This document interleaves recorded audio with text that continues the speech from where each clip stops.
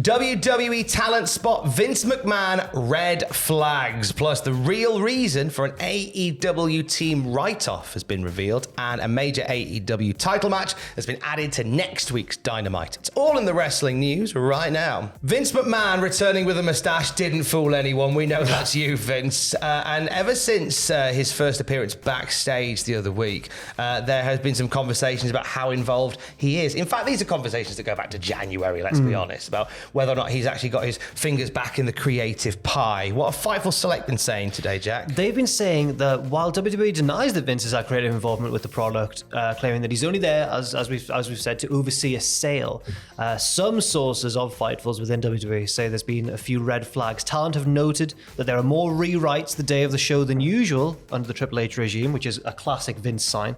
There have also been some strong indications of characters and gimmicks being adjusted to a manner in which McMahon had previously preferred, that were relaxed or changed when Triple H initially took control. Talent have also mentioned that there has been extensive creative laid out that was adjusted at the last minute.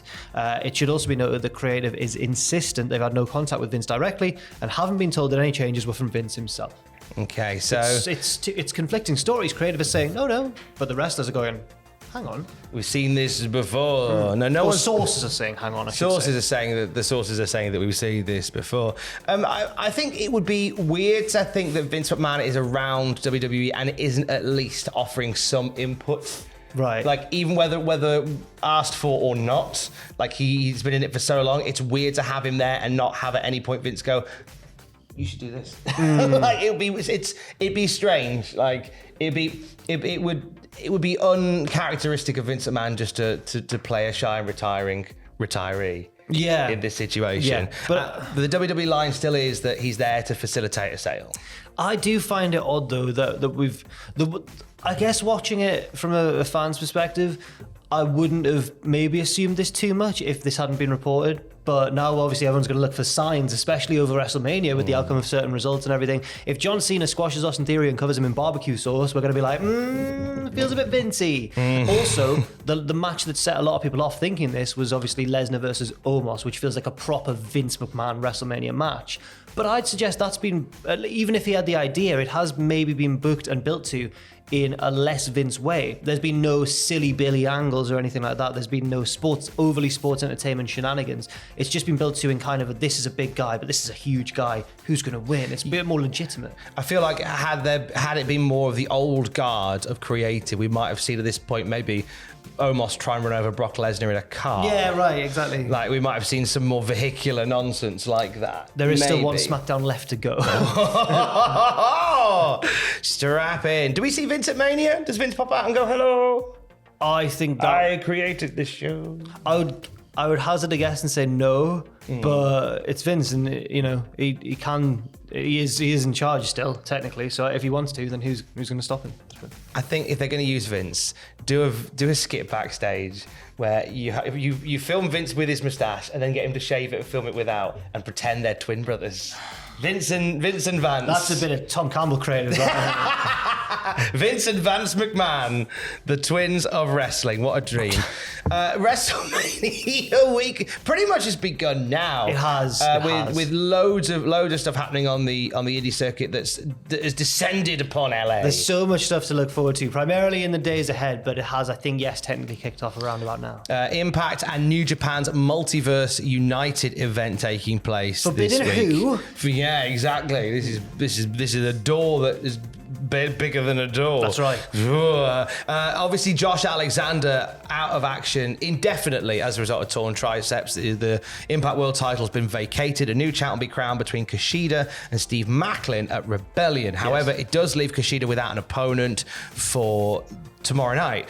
That's been filled by Lio Rush. That's pretty big. Lio Rush recently competed for the IWGP Junior Heavyweight Championship in New Japan, losing to Hiromu Takahashi, but it is good to see Lio Rush back in high-profile matches because he's had a very odd career trajectory over the years, and he's still pretty young, I believe, as well. So it's nice to see him back and in a high-profile match over WrestleMania weekend or week.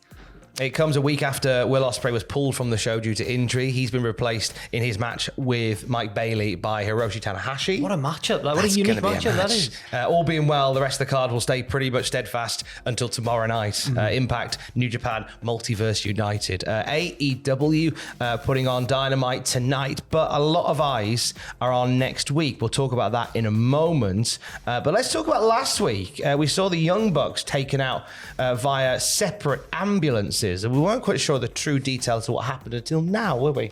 No, but now Brian Alvarez of Wrestling Observer Radio has revealed that the reason behind this and behind them being written off TV was due to a legit injury to Matt Jackson, who suffered a partially torn triceps during that Trios Championship loss against the House of Black.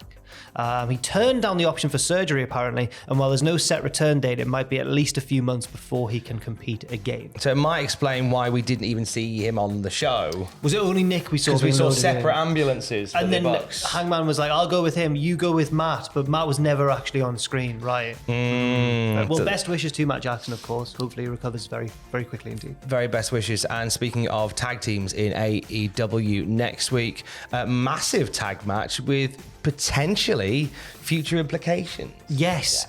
It's the AEW World Tag Team Championship match between the challengers, FTR, and those damn Guns, the Gun Club, Austin and Colton Gunn. If Dax and Cash can't beat Austin and Colton in Long Island, New York, they will leave they will set themselves on fire. They won't do that. They won't do that. They will leave AEW. There's been numerous conversations around FTR's future plans as their AEW deals are up next month. It's very interesting indeed, Tom. Now, That caught me off guard. What's he doing here? Now, you've got to wonder, because there's been a lot of speculation about FTR's contract situation.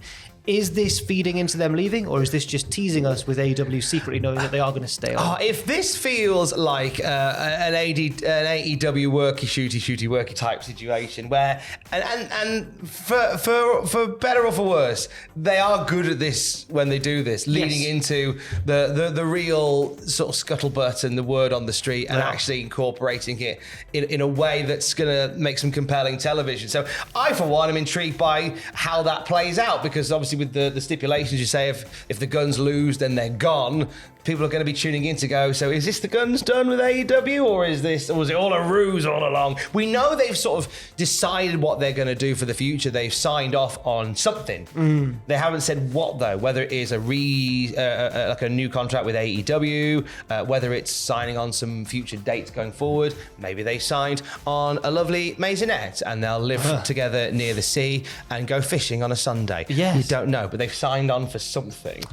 These are the sort of work shoots I can get behind. Not ones like in the latter days of WCW that made a mockery of wrestling as an art form and basically told the audience everything you're seeing is pointless and vague.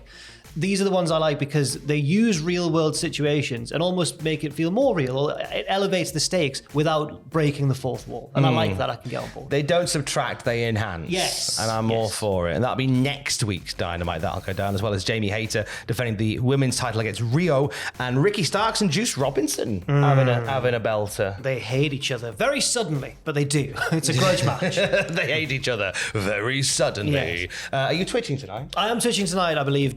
Twitch.tv/Cultaholic. Myself and Owen Mawson continue to sail the Fabes through the choppy waters that is the Premier League. And since it's WrestleMania this weekend, I believe 9 pitches is on the card. Yes, we're recording that today. Look forward to that. I'm not exactly certain when it comes out. It'll be sometime this week before WrestleMania. And for the latest wrestling news throughout the day, you can check out cultaholic.com. Stay safe. Love you, bye.